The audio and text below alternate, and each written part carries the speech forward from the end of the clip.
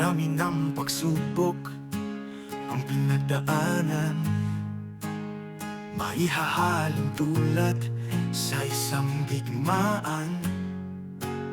Hindi alintana ang kapahamakan, sa isang pagkakamali makikita kang tuguan.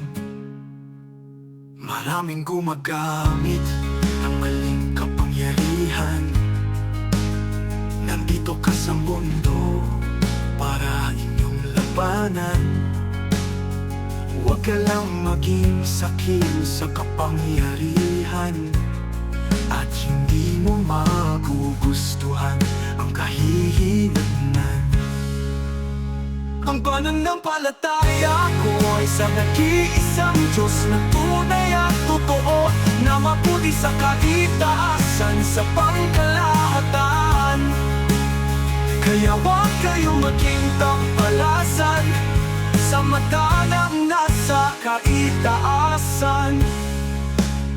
Mayaman man o mahirap, may pagsubok na pagdaraanan. Sa pagsubok na pinagdadaanan, dasal at Panginoon lang ang ating sasandalan. Huwag kang matakot sa paggawa ng kabutihan, at hindi ka naman kalaban. Huwag kang kabahan ng Ama, ang ating sandigan. Sa pamamagitan ng kanyang banal na kapangyarihan, ikaw ay tatatag sa problemang pinagdadaanan. Ang pananampalataya ko ay sa nag-iisang Diyos na tunay at totoo, na mabuti sa kaitaasan, sa pangkalahatan. Kaya huwag kayong maging tampalasan sa mata ng nasa kaitaasan.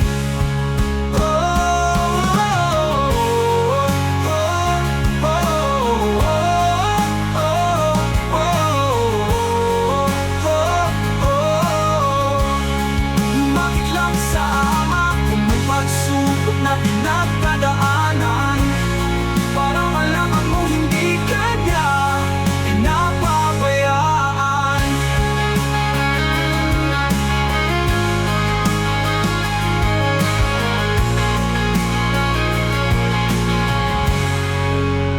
Ang pananampalataya ko ay sa nag-iisang Diyos na tunay at totoo, na mabuti sa kaitaasan, sa pangkalahatan.